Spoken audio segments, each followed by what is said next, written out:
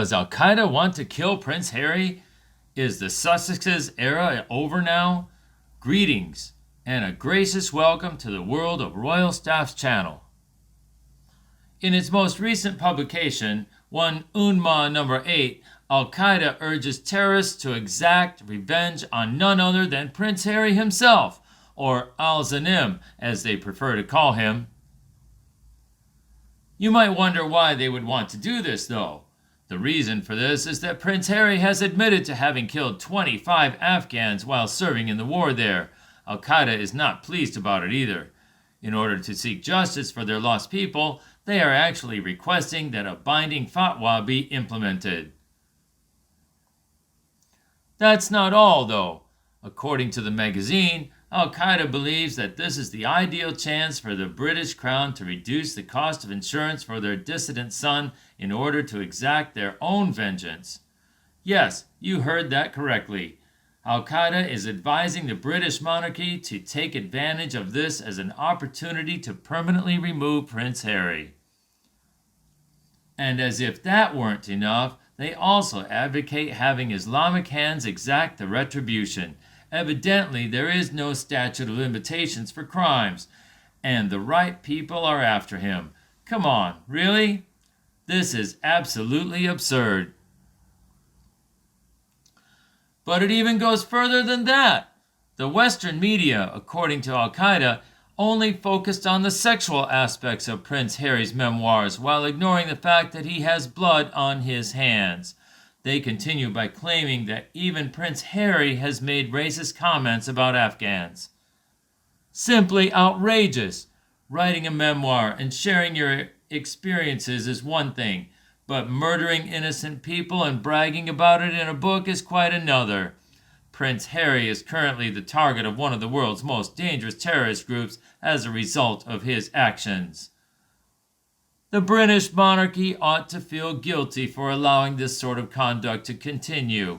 No matter how hard Prince Harry tries to hide it in his scandalous memoirs, he should be held accountable for his deeds. I suppose it is ironic. Former member of the royal family, Harry, is now a terror threat to them. Harry decides to write a tell-all book claiming to have killed 25 Taliban, after fleeing the royals and disparaging them in every interview.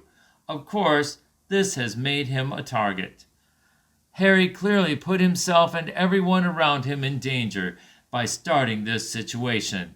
Now he wants the Taliban to provide security, and he wants someone else to foot the bill. Seriously? The Duke and Duchess of Sussex can sell their opulent homes and pay for protection themselves if they desire it. No government in their right mind would spend money to shield a moron from a problem that he created for himself. I in no way support acts of retaliatory violence or murder. Simply that this possibility ought to have been taken into account. Could it have been provocative on purpose so Harry could respond, "See, I require defense"? Prince Charles has more than enough justification to decline the invitation of the Markles, especially Meghan, who is using her relationship with Harry as a pretext to leaving him, and petition for the children. Additionally, his presence raises the risk of terrorism, which gives the U.S. government a reason not to renew his special visa. It is evident that Harry is unable to attend any official functions, including the coronation. If he were present, he would endanger both his family and the citizens of Great Britain. In many ways, Harry has authorized his own demise. Some jihadists claim that Harry's actions can be explained by his personal experiences against the crown, specifically the murderous death of his mother, Princess Diana. Additionally, they assert that rather than his actions in Afghanistan, the British media's criticism of him focused on his attacks on the crown.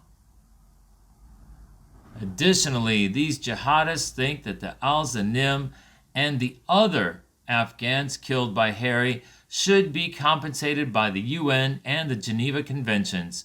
They believe that Westerners' haughtiness prevents them from doing this because they see people as nothing more than pawns or pieces in a game of chess, which can end in needless bloodshed. They view Prince al-Admission Zanim's that he killed 25 Afghan Muslims in cold blood and treated them like chess pieces as evidence of extreme condescension, prejudice, and criminality, which they attribute to the genetic makeup of this human component. In this statement, it is expressed that certain heads of state should speak up and say they won't be attending the coronation if Harry is there due to security reasons. Or perhaps, like the other world leaders, they shouldn't. Harry should learn from this not to boast about such things. But he won't. Nobody can prevent a fool from being a fool. Do all the soldiers who killed Taliban fighters enjoy the same level of protection? Of course not, since none of the soldiers who killed Taliban fighters boasted about it in a pointless book that they hired their wife and a ghostwriter to write. They claimed that Harry's drug addiction resulted from his belief that the palace was involved in his mother's murder after she passed away. They also implied that after the murder, Harry's father, King Carlos, lost interest in him. This could be because the king's doubts They claimed that Harry's drug addiction resulted from his belief that the palace was involved in his mother's murder after she passed away. They also implied that after the murder, Harry's father, King Carlos, lost interest in him. This could be because the king doubts Harry's lineage and does not view him as his son by the crucifixion and descent. They contend that the arrogant English mentality and the entirety of European civilization are the biggest losers from the public disclosure of these scandals, not the fallen royal family or King Charles. Harry thus made this information available in his book. Is it really the most popular book ever written about realistic texts? It's merely a pitiful attempt to make money by airing the British Crown's dirty laundry and exposing scandals and ugly behavior in the English palace. And what's worse is that according to terrorists, it's creating a crisis for the royal family.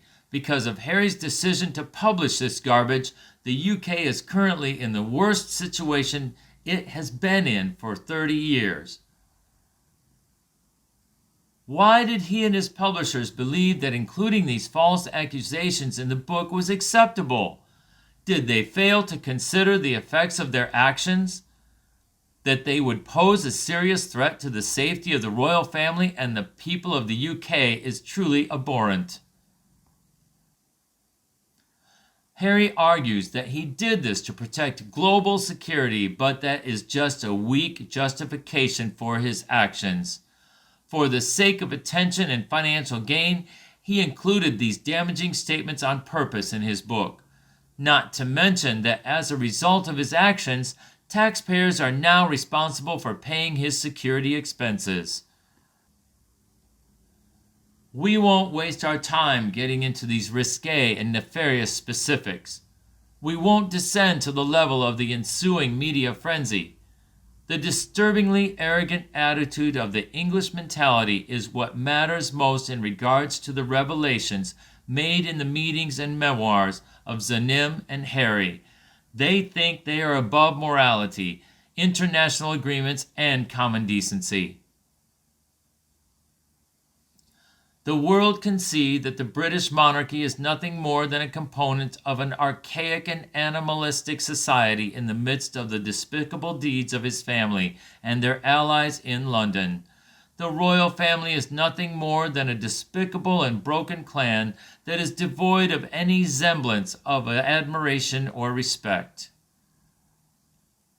The rotten British way of life and the complicated upbringing of the royal family are simply reflected in Prince Harry's memoirs.